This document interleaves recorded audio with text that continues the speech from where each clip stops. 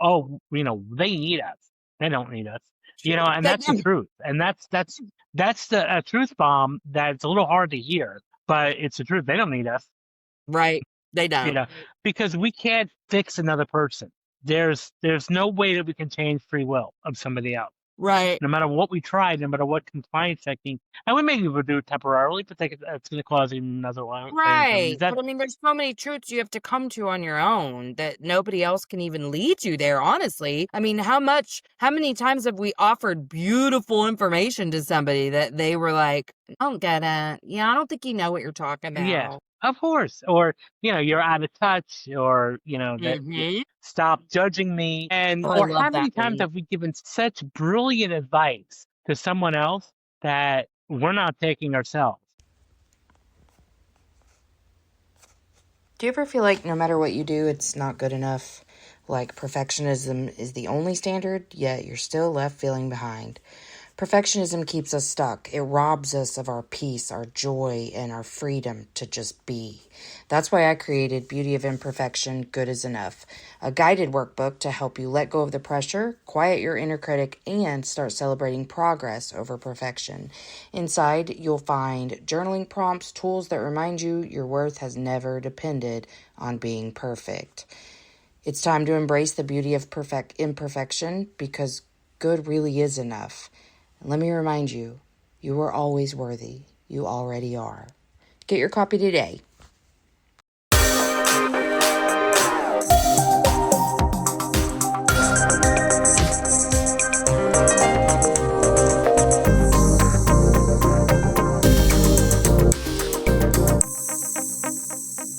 Emotionally unavailable.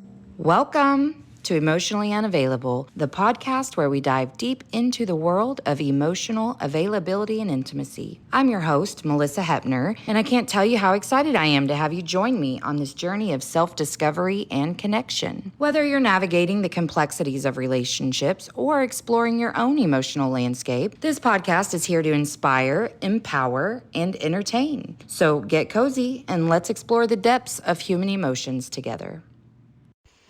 Hi guys, happy Wednesday. I hope you are doing well. Today's guest is Dr. Albert Bramante, a seasoned talent agent with more than 2 decades of experience in the entertainment industry, holds a PhD in psychology from Walden University. Additionally, he is a certified hypnotist and NLP practitioner, bringing a unique blend of psychological insight and practical expertise to his work. Driven by a passion for both the performing arts and the human psyche, he embarked on a mission to empower actors to overcome self-sabotage and unlock their full potential. Through his impressive career, Dr. Bramante has achieved remarkable success as a talent agent, securing roles for actors in a wide array of productions, including TV shows, films, commercials, Broadway, and off-Broadway performances. I had such a good time with him. He was so much fun, and we just really connected, and he has so much good advice for people. So I was a little thrown off because he's a talent agent, but when I saw he's a PhD, I was like, well, I bet he's really cool. And he says he's a veteran talent agent and no-nonsense coach, inspiring actors to cultivate a growth mindset, conscientiousness, and rise above self-sabotaging habits. And I mean, hey, I think we can all learn from that. We did not touch really on talent agent or actors. We just talked about people. So I know you guys are going to like this. Trying to think if I have any announcements. Don't forget, you can subscribe to Patreon for ad-free episodes. $3 tier will get you, you're just, a friend of the show and you're supporting me in this mission that I have to change the world. $5 gets you ad-free episodes and you're a friend of the show.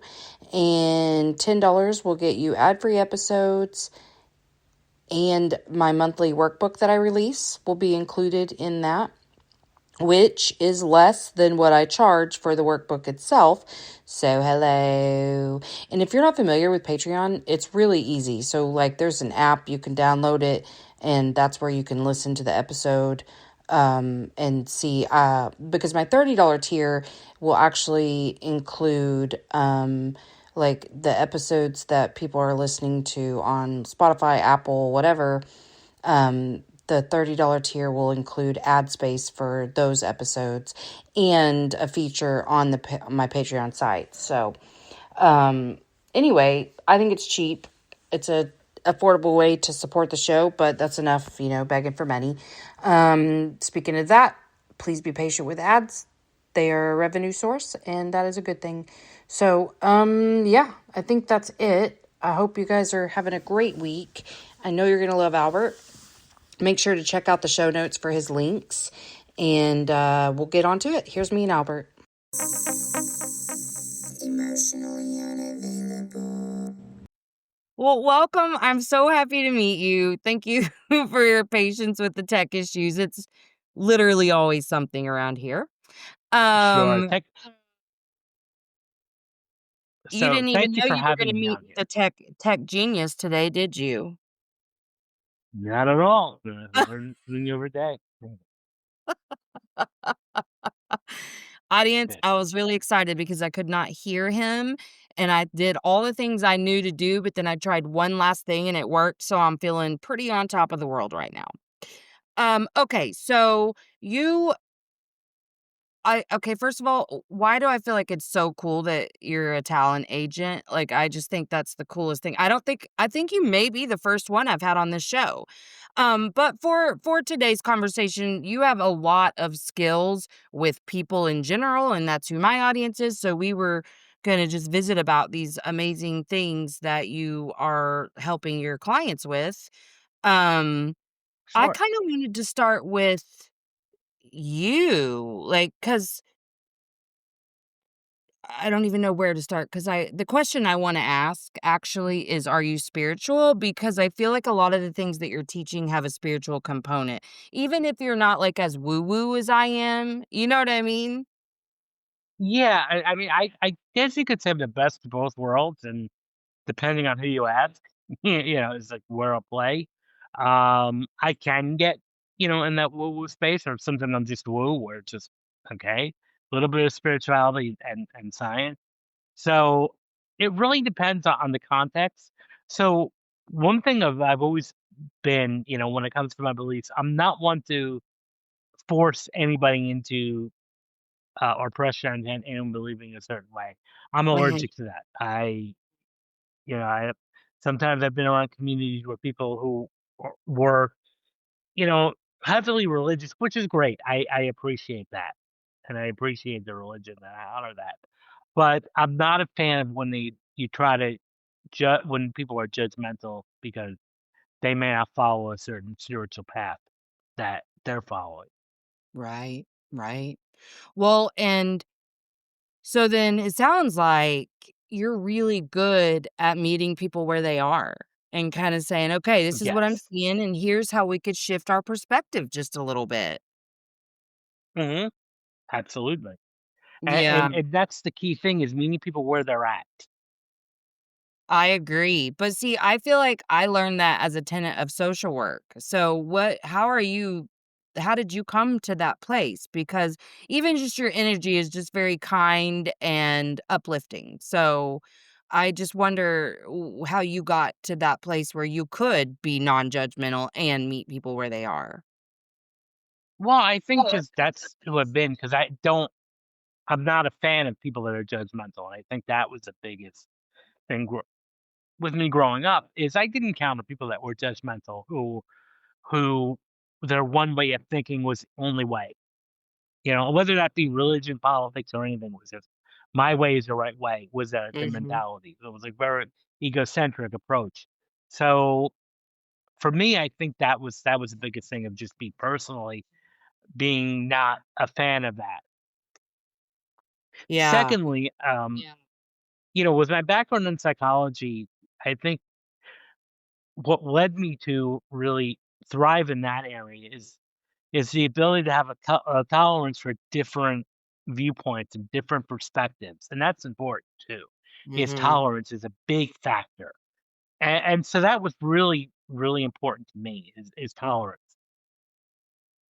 Yeah, but you know what I when have it comes to that. found in terms of tolerance is our tolerance level directly equates to our level of fear and shame and how well we control those things. So most people will be very triggered just by another viewpoint because of their own fears specifically and Mhm. shame oftentimes, but specifically fears. How did you get to a place where you were able to like be that container of safety within yourself to where other people's viewpoints didn't trigger you? Well, I think the first is understanding how the viewpoints came to place because everybody has their own life experiences what impacts their viewpoint, myself included. So I think that's the first thing is just really coming to a deep understanding of how people develop that viewpoint, first of all. And yeah, and if it works for them, I think that's great. You know, and I think through my training and my experience is I usually frame things even when I'm working with somebody as this is what works for me because it's only Yeah. my perspective. And that's all Mhm. it is. And so I don't tell people they should do, I suggest. And I think that's the thing about with coaching and guidance, like you can suggest things, but it's really ultimately a person's free will to do what they wish with that. Yeah. 'Cause I've always been the type of person where I'm very I will say this to my own home, very laid back and very kind, but I don't take well to when people are imposing things onto me. Like, Yeah. Me and that's neither. why, like, I think that's part of the reason why I'm a business owner because I like to do things my own way. Yeah, I like to kind of be on my own terms rather than being, told what to do. Now, there are Yeah. times I definitely, consider myself a team player, and I will go along and and contribute it and consider people's viewpoints. But I'm the type of person that ever since growing up, I don't like being told what to do. Right, you really appreciate your autonomy, but it sounds to me like that may have been a theme in childhood is that you didn't feel autonomous. Like you had somebody, maybe your parents were like the Of rest of your course. parents who were pretty controlling. Yeah, and that was definitely true. I mean, and you know, coming growing up, I grew up with a lot of struggles. Not necessarily, I had a loving family, but I grew up with a lot of health problems and physical limitations. So for me, growing up in that household was was overprotective. Plus, I was a baby to the family, so Oh, yeah. that added an extra layer. So I think that heavily influenced was the overprotectiveness of things. You know, growing up in a very overprotective household. Yes, yeah. I could definitely see how that would guide you to wanna break free after a certain point. I didn't really I mean, I was like the golden child in my family, so I had this weird little paradigm where it was like, be perfect, but also try to be independent, and as soon as I could be independent, I did, and I was very willing to make any choice at any cost if it meant making it of my own free will, and then now in my 40s, like, the times when I'm doubting this little entrepreneurial journey I'm on, I'm like, "Well, but baby, you know you can't go work for someone else, so, like, we're done with that time of Well, our life. I can't have a boss, I just yeah, can't." yeah, and yeah, there are obviously there are definitely advantages and disadvantages of each in general. Um, being a business owner does come with more responsibility. It does come with a little bit of uncertainty. Mhm. Whereas, okay, if I'm working for somebody else, I do have the comfort of having a routine laid out and not having to take 100% accountability in that business. But there's that cost of I have to answer to somebody, and I have to be constructed in a certain way. Now, I still, I'm a college professor as well, so yes, I do work Sure. for another college. So, but what I like about at least with higher ed teaching versus secondary school is there's a high degree of freedom Mhm. where I can do pretty much what I want as long as I'm in the parameters of the job and that I'm teaching and that I'm showing up Yeah. consistently and doing that. There's very little constraints, which I like about that. I can choose the textbook I want. I can choose the topics I want within the course parameters.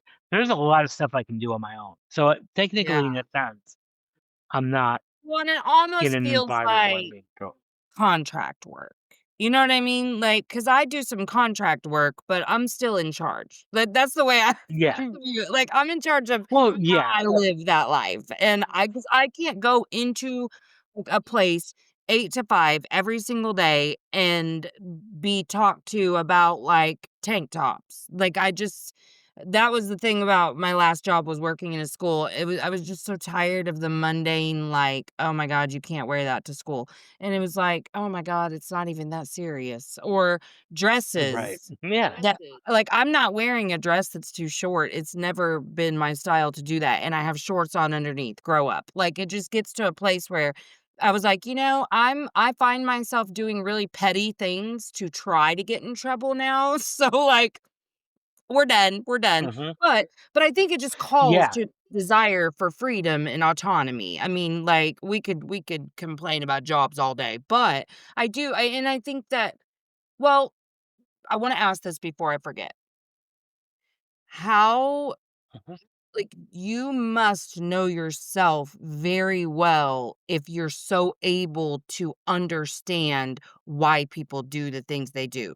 Yes, having the psychology background makes all the difference, I think, depending on the type of psychology studied. Of I course. think you've obviously studied really good psychology, but, like, I found for me that when I really dug deep and was very intentional about finding the me and them and the them and me and how we're doing the same things even when it looks differently. Understanding why I do what I do, now I have such a different ability to understand why other people do what they do. Would you say that's the truth for you too? Yeah, because it's really understanding other people is really the key. And now, that doesn't mean that you're excusing other people's actions, but you start to understand a little bit of like where they're coming from, and then that can monitor how you react to a Right. situation, and not to be Well, then so you're not entirely taking it reactive. personally. Yeah. Right. And I think that's one of the lessons I've learned in life, that even behavior that is appeared from other people appear to be personal, it's not. Right. It's rarely personal. And even when people are judging you or putting you down or ridiculing you, yes, it's gonna seem in the moment very personal, but it's really not, because it's really they're operating in their own self-contentment, their own Absolutely. unhappiness. Mhm. Well, and their belief about themselves too, because I was just talking to a friend about this the other day who, really struggles with OCD, and we were talking about a TikTok video that we saw where, somebody else got upset because their seatmate, who they didn't know, was wiping down all of their stuff, and Elise Myers, really big, like, online personality, she then posted something, like, later about, like, how her seatmate was doing that, and so she said, "Would you like me to do mine too?" And I was talking to my friend about it because 'cause we're both big Elise Myers fans, and, she said, "I just have never understood why it bothers somebody else what I'm doing in my seating area," you know? And I said, I think about Yeah. these things a lot, and I think it's because whatever the act that you are in right there, whether it's cleaning, getting comfortable, maybe taking your snacks out, putting them in the whatever it is, you're taking up space, and I think that is it triggers them because somewhere they've really tried to keep themselves small to accommodate the rest of the world, and so when you Yeah. freely take up space, they don't know what to do with that, and then that poses a judgment because it's directly reflected back at their own judgment of self for W for making themselves one small. Yeah, and then you have to sit there and reflect, why is somebody getting triggered by someone wiping down their own seat, their own area? because again, you don't know if that person is immunocompromised Right. and may have been sick before, or maybe she's wiping down it for other people. Other people's respect for other people. You don't know that, and I like the idea of asking. Do you want me to do that too? Because then showing respect for her Right. in a sense. I'm not saying you have to do that, but Right, I I mean, think just don't do, understanding but you it's. don't need to, like, be rude to someone about what they're doing in their seating area, but, I found where I think the reason I came to that conclusion is this is the stupidest example that I could give you, but do you know what I used to get very, very, very, very angry about? We live in an area that is just growing rapidly, and so the streets just aren't wide enough and the stoplights take forever and whatever, right? If you turn Mhm. left to go into, like, a business, you are gonna cause hell behind you. I used to get livid at the people who were willing to do that to me and everyone else behind us to turn left, and I was like, "Melissa, why are you so upset? They're perfectly within their legal right to turn left. So what is it that you're upset about?"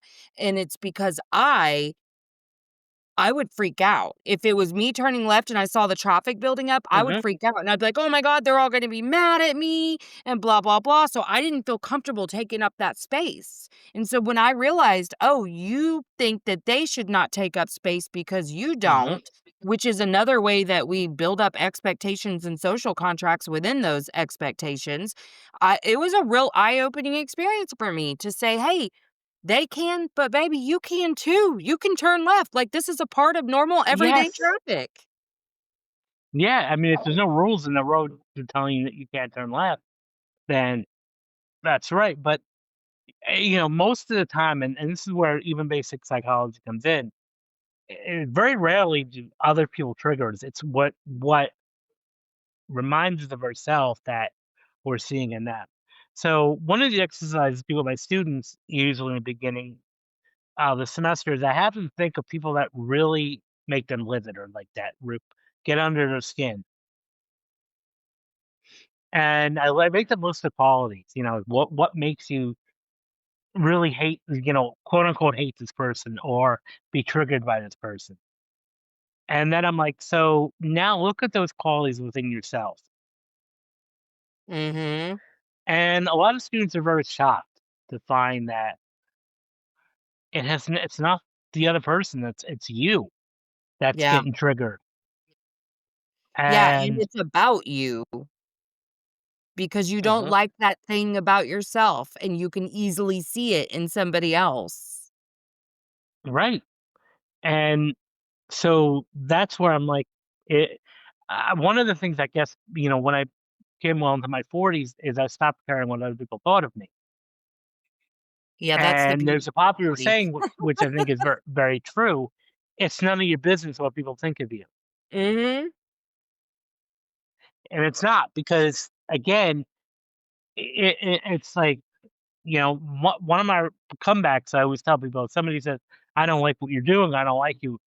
I'm sorry that you feel for you, but I'm not going to change. I'm doing me. Because again, it's not my job to change or mold for somebody else. Right. Right. Well, and I think, when it comes down to I think we're really failing ourselves within our interpersonal relationships and not just the intimate ones when we feel like our needs are reality. And I think, yes, there are some real fundamental needs that we as humans have, but it's the expectations that we put around those needs. And we really set ourselves up for lose lose situations by having all of those expectations, I believe. Yeah, and especially if we can't fulfill it ourselves. I mean, and one of the things that I had to, I guess, the real lesson that I had to learn was the to stop doing was the people pleasing, which the people pleasing trap is what a lot of us fall into Mhm. because we want other people to like us. We want other people to accept us. We want other people to validate us. And that'll never happen, until we can please ourselves, and validate ourselves, and be truly happy with ourselves. Mhm. We're not going to find that in other people. Well, And because you don't believe it anyway. You can't receive it. Even if they're trying their hardest to give it to you, everything you're asking for, it's never enough because you have something right. inside of you that says you're not enough. I had to figure Yeah, that and we one out don't myself, and it was pretty life altering. yeah, I did too, because, even with in my dating life even, like, I found people initially in the beginning were boring. The people that were actually probably the best for me, Yeah. consciously I found boring.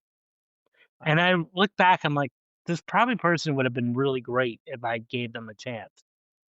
Mhm. But because I wasn't able or ready, and the reason why I think I found this person boring or not interested on a conscious level is because this person really cared about me.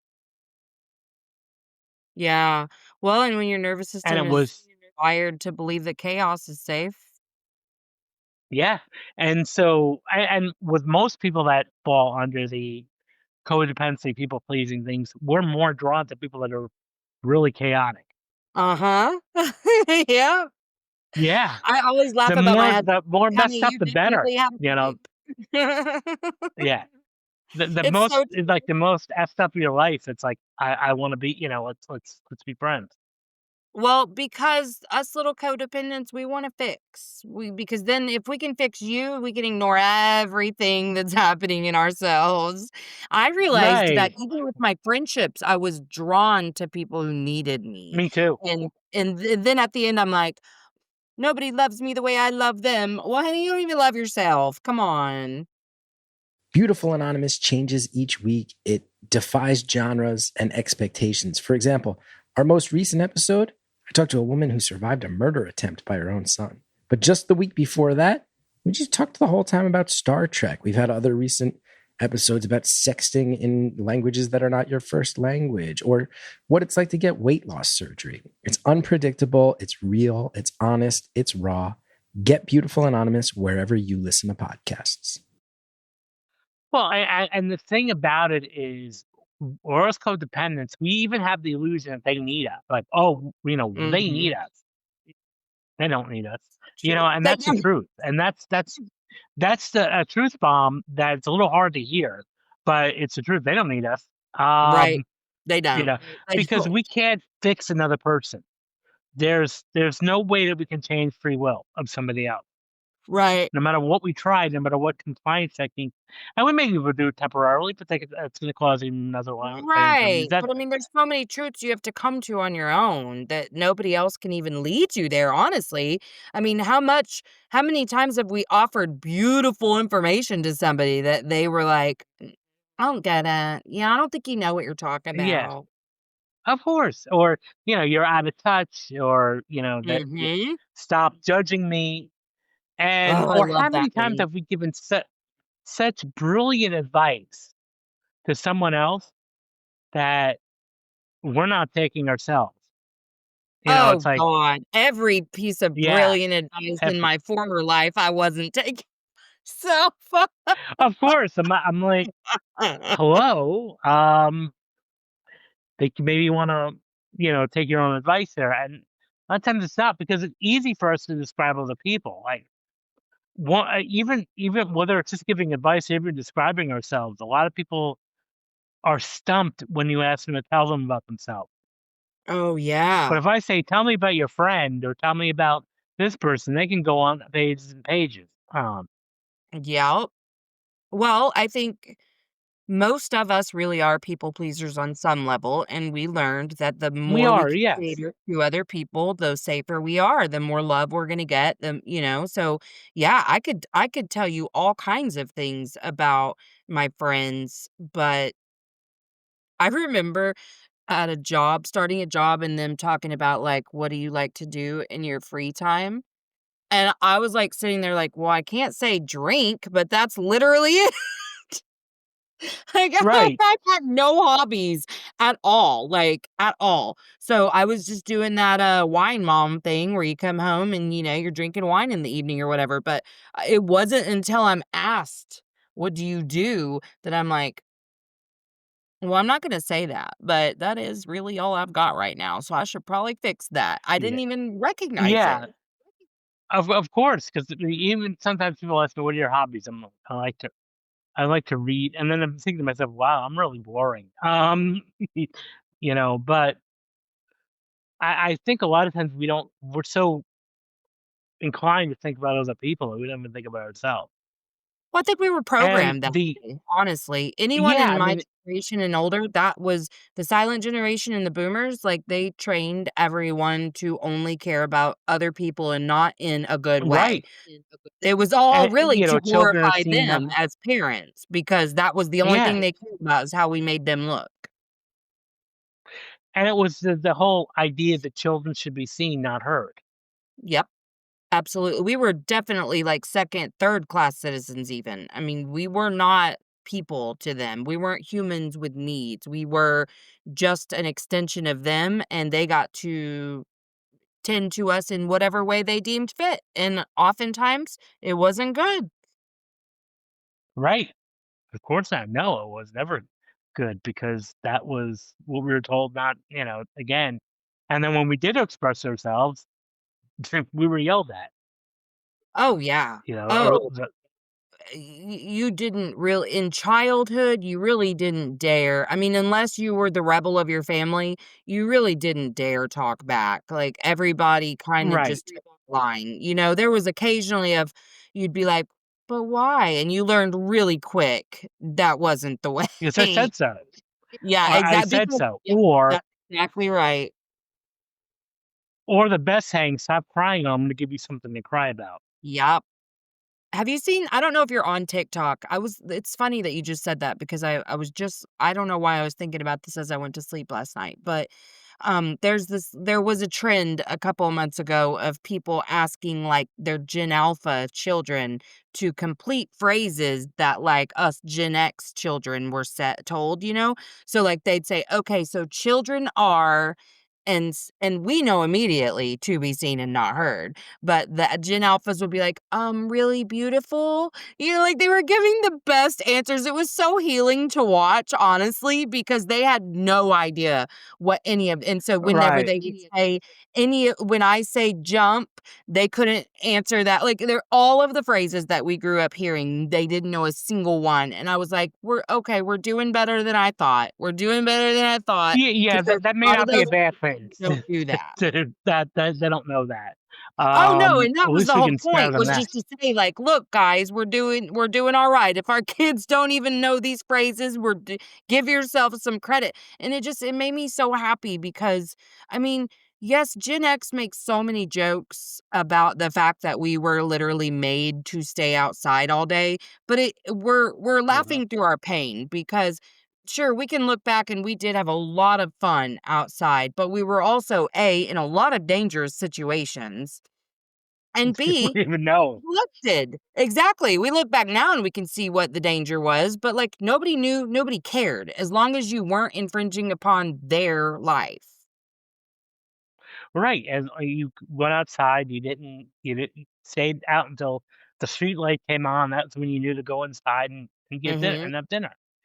And you didn't even question it. It was just like, "Okay, it's sunshine, I'm going outside, I'm gonna." And, nowadays, it's dangerous to be go outside in certain Well, and areas, certain cities and all that. even when you do, like, I've been trying to ride bikes with my daughter, people hate kids still. Like, you're out on the road and, we're in our neighborhood. I'm not on a main road. We're in our neighborhood and people are driving like idiots. And it's like, "Well, can we have a little fun in our neighborhood, please?" I mean, the world's not Yeah, set up for kids still. When I go to, like, functions where there's kids and there's people there who don't have kids, the way that they feel like these kids shouldn't have the same rights in this environment as an adult, it's upsetting still. I mean, I don't think that it really is, yeah. the older generation, like Gen X's and up, still view children like that in a lot of times. Yeah, 100%, and um, I think they forget that they were children at one point, so it's like, Right. Yeah, but that was they're you so 30, stuck 40 on years the ago. they're so stuck on well, that's what I got and that's what you're gonna get. Like anytime they see Mhm. children being treated better than they were, they can't handle it. I saw that working in Right. schools. I was Mhm. like, "Boy, you can tell you have not healed," because I even gave an in-service one time, and I was like, "Okay, I'm about to trigger all of you."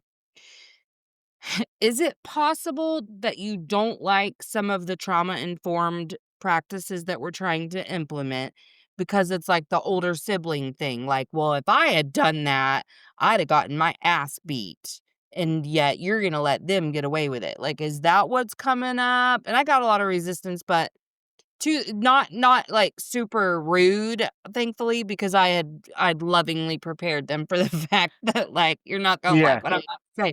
But I had hoped that at least one of those freaking, elder Gen Xers would walk out and think, maybe that is it. Like, maybe I can't handle it. But I learned that that's why we dismiss others is because it brings up something in us. We have to dismiss it in us. And to do that, we have to dismiss you because we don't know how to sit with people in their pain. Right.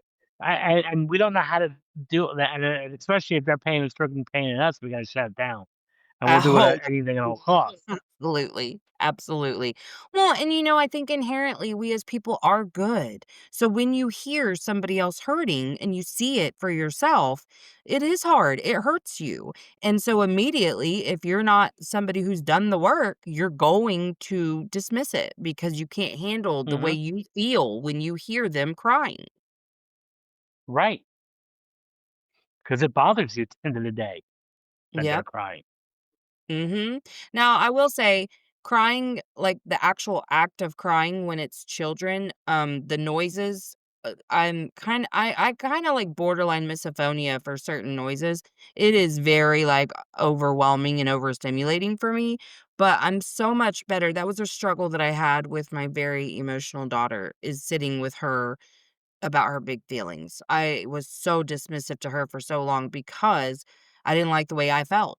Like, cause it triggered Mhm. that thing. It's like, "Oh, I can't fix it, so Yeah. there's something wrong with me as a mother, so then, you know what? Let's just go away."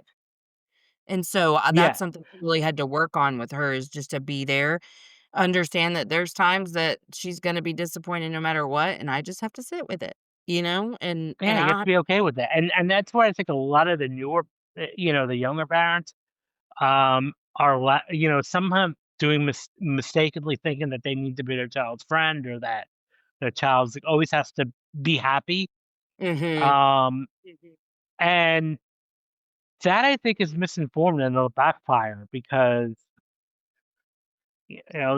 there are times where we have to be validate well, and even being an emotionally coaching parent with me, okay, there's gonna be situations where you're not gonna be happy with other people.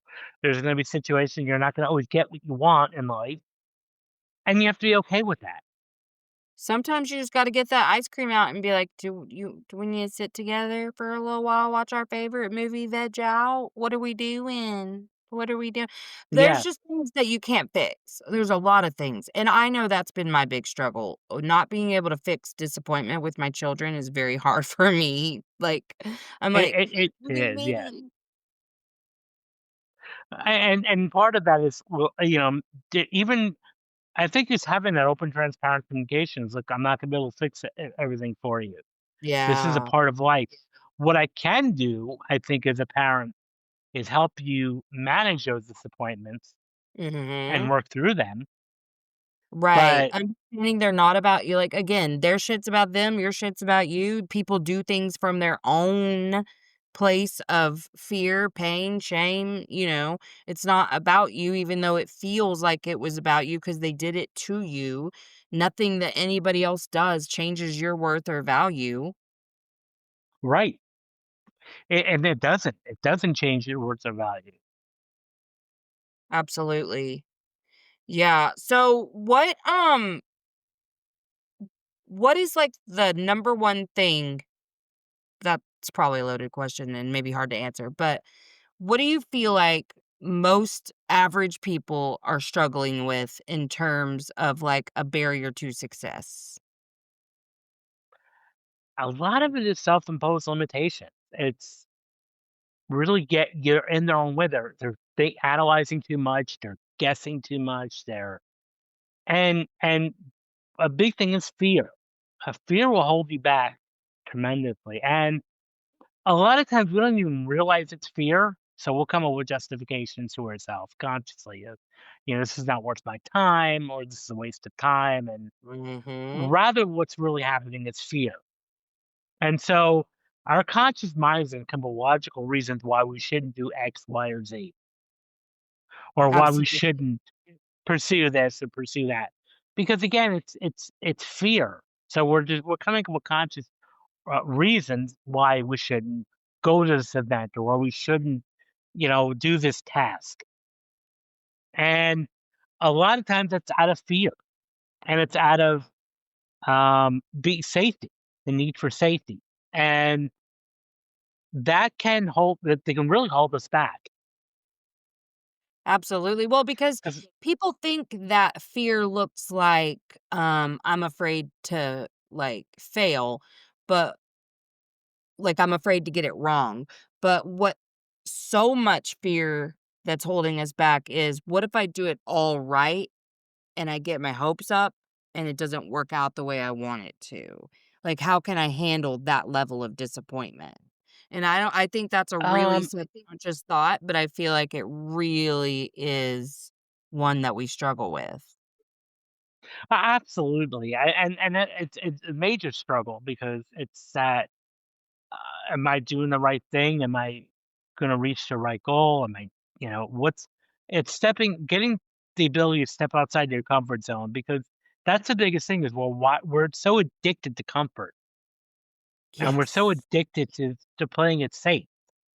Mhm. And what we really have to do at some level is to be comfortable with being uncomfortable, like being in that space and know that it's going to be scary. Absolutely. It's gonna be uncomfortable, and we need to I'm okay with that now, and that's, I think, the important thing too. Well, I think it's also important to remember, like, baby steps are important. When you're trying to go from A to Z too quickly, you are going to set yourself back sometimes because your nervous system, you haven't created the container for Z. You've got the container to take the next step, but you took 75 steps, you know? Mhm. And Yeah, no, I think and we future forecast a little too much. well, the problem with the future forecasting is we distort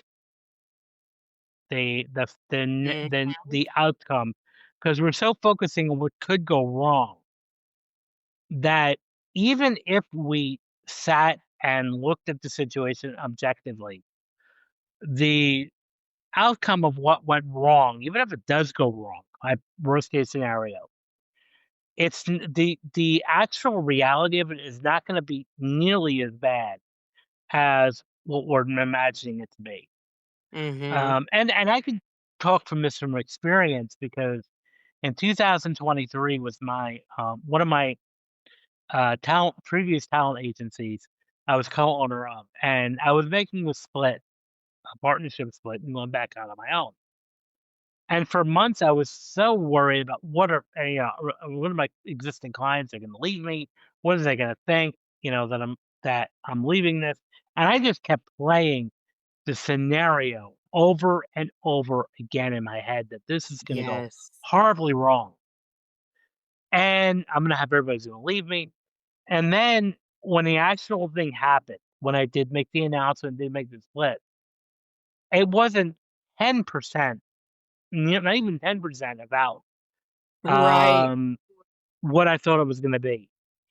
And so that's where it was like a big lesson, like, here is, look, we're thinking worst case scenario, and even if something doesn't go in our way or our favor, initially, it's not gonna be as bad as we thought it's gonna be. Mhm. Yeah, and you create the energy that you live in, so you can determine how good or bad anything feels. Right, of course.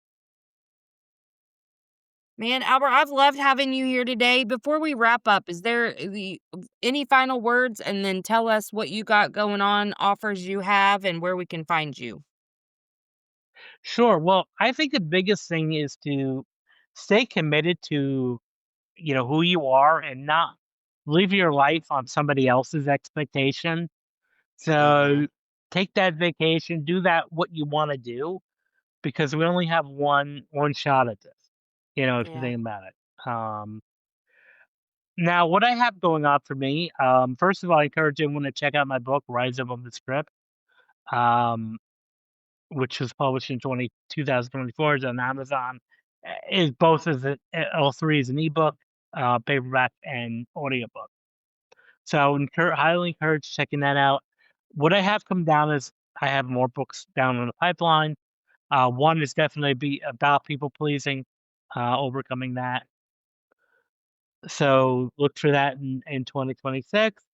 And I'm also going to be working on developing group and individual coaching. So reach out to me. You can reach out on my website or LinkedIn, and I'd be happy to jump on a quick call with you.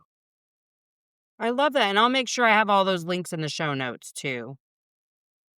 Mhm. Well, thank you so much for such a great time. I really appreciate you being here, and I love the information that you provided. And again, I'll make sure to include all that stuff in the show notes. Excellent. Well, thanks so much for having me. Absolutely. Okay, I'm going to stop recording, but don't hang up just yet.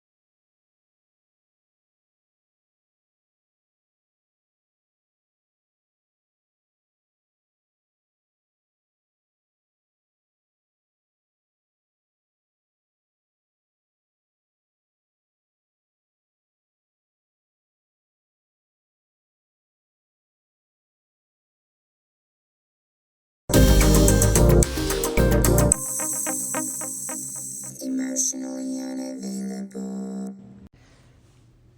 Hey, make sure you've given the show a 5-star rating on whatever platform you're listening to if you haven't already.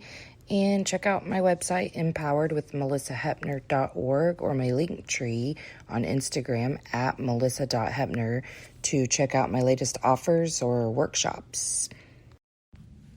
All right, that's it from me. So make sure that you check out the show notes for links. And until next time, let's all just keep swimming. Emotionally unavailable. INDEPE and cut.